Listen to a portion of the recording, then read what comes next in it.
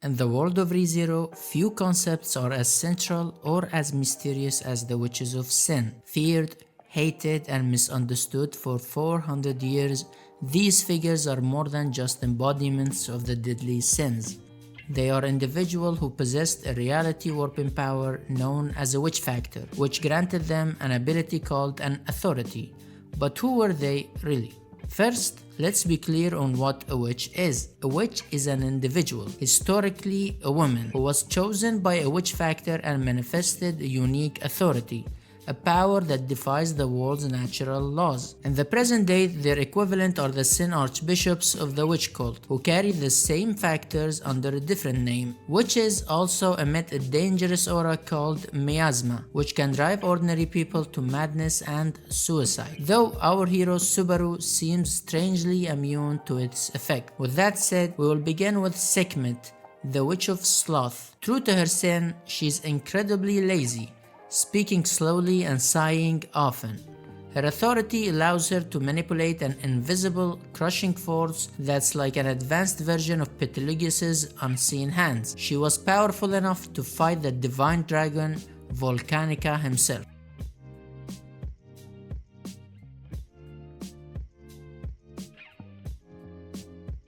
Carmilla is the witch of lust. Ironically, she is timid, stutters, and avoids conflicts. Her authority, the faceless bride, doesn't involve physical desire. Instead, she can appear to others as the person they love most. Her passive aura was so captivating that people would forget to breathe and die in her presence.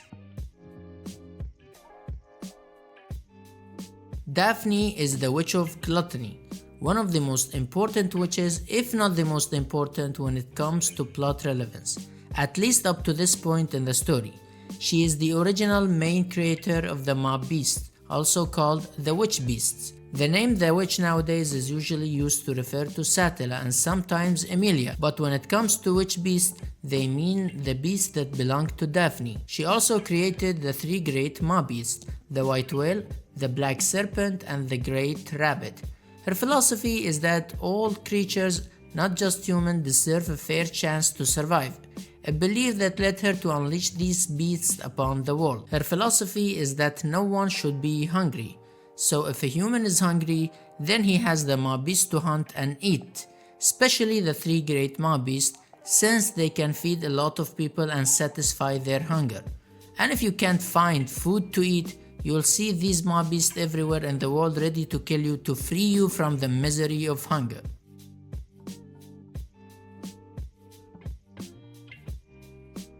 Minerva is the witch of wrath. Despite her wrath is born from a sense of justice and a desire to heal. Her authority allows her to heal any wound by punching or striking the injured person. However, there's a catch. The damage she heals is randomly transferred elsewhere in the world, causing unintended disasters and making her one of the most destructive witches despite her good intentions. Minerva seems to have connections to Emilia's mother and father, though this hasn't been elaborated on. Typhon is the witch of pride. She appears as an innocent child but has a twisted sense of justice. Her authority allows her to judge anyone she deems guilty by physically dismantling their body with a touch. Those who are truly innocent feel no pain, but her childish worldview meant she often punished people for the slightest guilt. Echidna is the witch of greed. She is driven by an insatiable thirst for knowledge. A master manipulator, she is one of the most prominent witches in the story, operating from her castle of dreams. Echidna is also the most mysterious witch of the group. She created a method that allows her to influence the world even after death, and she has been plotting her resurrection for 400 years. The pieces of Echidna's plans are starting to fall into place, though the ultimate goal hasn't been revealed yet. Like her plan, Echidna's authority hasn't been revealed, but seems to involve manipulating souls. Around 400 years ago, she had three disciples, Roswal, Ryuzu, and Beatrice, the artificial spirits she created. This shouldn't even be possible, since spirits are supposed to be created only by the world itself, yet Echidna managed it. She also created Puck, the beast of the end, All of these creations have a purpose to fulfill in her grand plan. Now we reach the Witch of Envy. When someone talks about a witch in the current era, they are referring to her. Even saying her name is considered taboo today. Satella is the Witch of Envy. Based on books written for the public, she devoured the other 6 witches and destroyed half the world in an event known as the Great Calamity, before being sealed by the combined efforts of the dragon, the sage, and the first sword saint. She is hinted to be the source of Subaru's return by death ability, which she gave him out of a possessive and obsessive love. It is, however, not fully confirmed that this is the case. Subaru resembles a person known as Flugel, who lived around 400 years ago, and people theorize that Flugel might be the source of Subaru's return by death, with the Witch of Envy preventing anyone from knowing about this ability. Interestingly, it's suggested that the Witch of Envy is a separate personality from Satella herself, who is portrayed as much more soft-spoken and is even loved by the other witches. Moving on, Pandora is the Witch of Vainglory. She possesses the most absurd ability in the entire series. Her authority allows her to rewrite reality itself. She can resurrect herself, manipulate memories, and teleport people at will. She is the current ruler of the witch cult, and the Sin Archbishops take orders from her. Pandora's role revolves around finding the key to the seal in Ilior Forest. This was her plan around 100 years ago when she, accompanied by Regulus, attacked Ilior Forest. The key to the seal seems to be inside Emilia. Pandora's philosophy hasn't been fully revealed, but it is hinted that she believes the world should bend to fit her vision. One of the biggest revelations is that the common historical perception of the witches is largely wrong. They weren't purely evil monsters, as Subaru discovers when he meets them. Most were simply individuals with warped but not entirely malicious morals and good intentions gone horribly awry.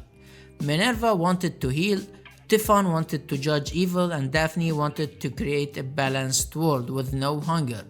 With the possible exception of Pandora, they were more like forces of nature with blue and orange morality than mustache-twirling villains. Other than Pandora, we also have the warlock of Melancholy, Hector. He has a gloomy disposition and hates exertion.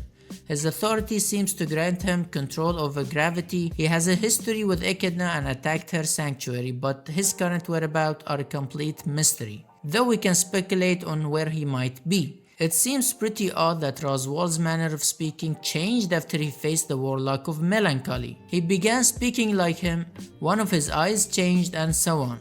We don't have concrete proof that Hector is inside Roswal, but we know for a fact that Echidna was working on souls and such, so it's not an absurd theory by any means. Moving on.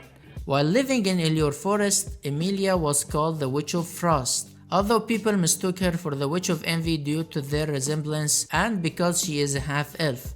She was known as the Witch of Frost. However, for a person to be a witch, they need to have an authority. It might be the case that Emilia just hasn't manifested an authority, or she might not be aware of it. That is all for the Witches of Sin. Thank you guys so much for watching. Give the video a like, a subscribe, and share the video.